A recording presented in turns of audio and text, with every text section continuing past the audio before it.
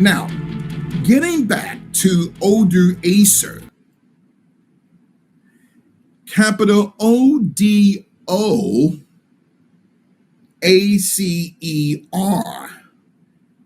He is the first German king of Italy who brought down the Roman Empire in 476 AD. He is a blood descendant of Simon Magus, centuries going back to Acts 8.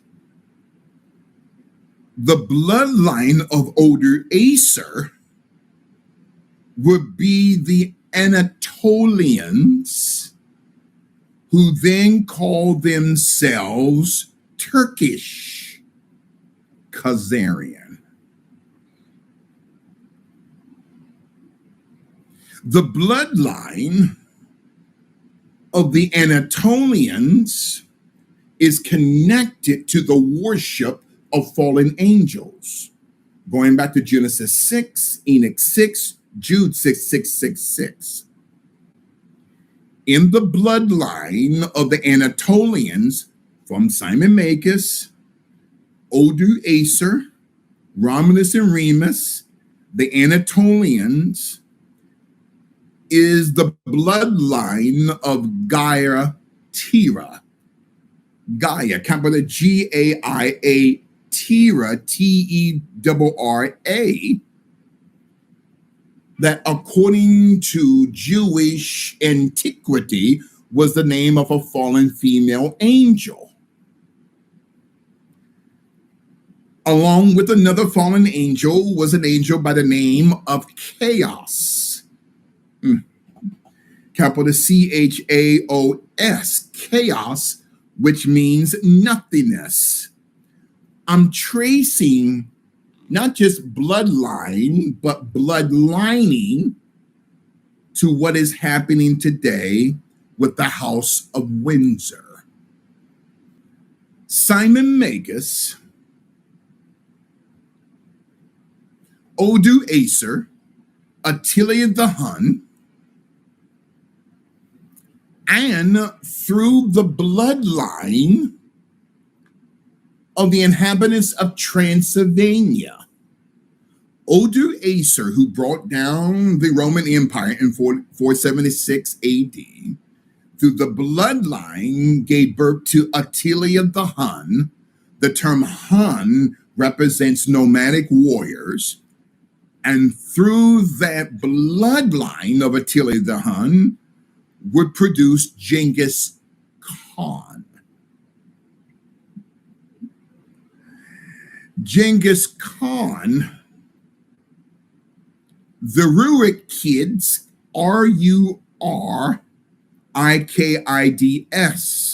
the Romanovs, all from Simon Magus, Odoacer, who overtook the Roman Empire in 476 AD, through Attila the Hun, Genghis Khan, to the House of Windsor. You can't make this stuff up, Pastor Rankin. No one's teaching this. Odoacer, who brought down the Roman Empire, the first German king of Italy, would also produce generationally, thousands of years later, would produce a bloodline out of Poland called the Kosminskis. Capital Kozminski,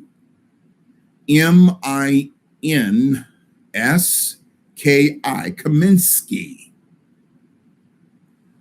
Through a man by the name of Solomon Isaac, Icek Kosminski. In connection to the bloodline of Odoacer, Genghis Khan, Attila the Hun, going back to Simon Magus. Operation London Bridge. Now, wait a minute, you're thinking, What and who is the bloodline of the Kosminskis? The Kosminskis' bloodline had produced a young man by the name of Aaron Mordecai Kosminski, Kozminski, who is better known in history as Jack the Ripper. So, back to the serpent, Odoacer, who brought down the Roman Empire, Genghis Khan, Vlad the Impaler, now Jack the Ripper, who was a Khazarian Polish killer.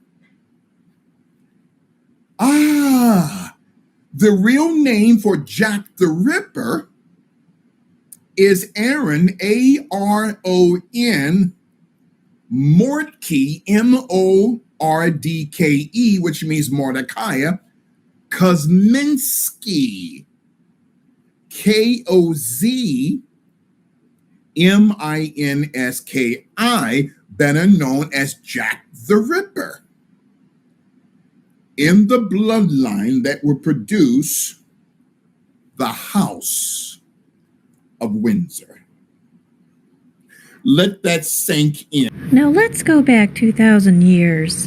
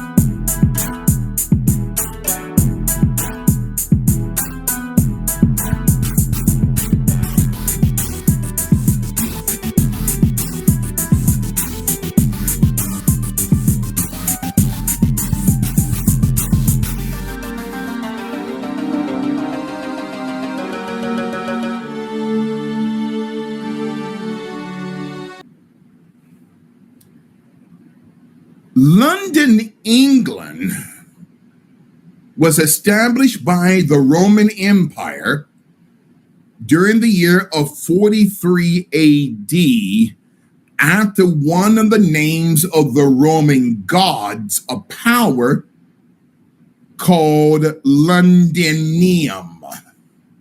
Londinium, capital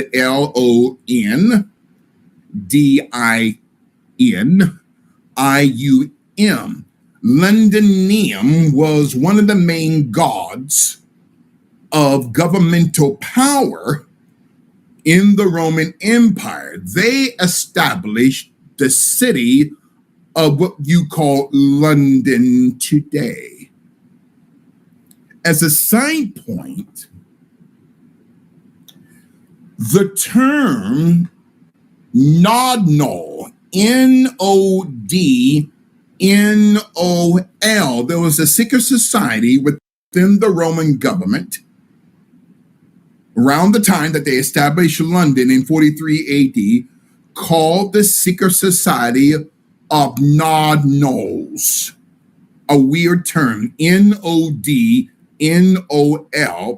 a secret society of females who would traffic children for the Roman Empire.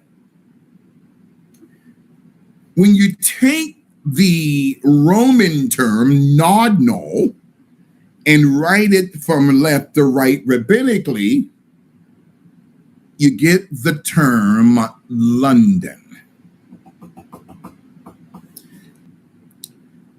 We're not talking about the city of London as a corporation.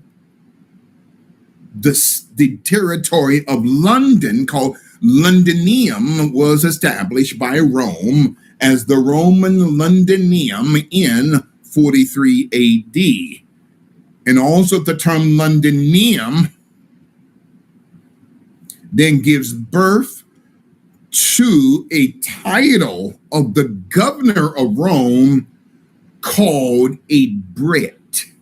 Listen, my brothers and sisters, you call yourself British. A Brit, B-R-I-T, had exacted physical punishment upon those citizens of Rome who could not pay their mortgage or rent. They were rent into pieces. This is where you get the term Britain,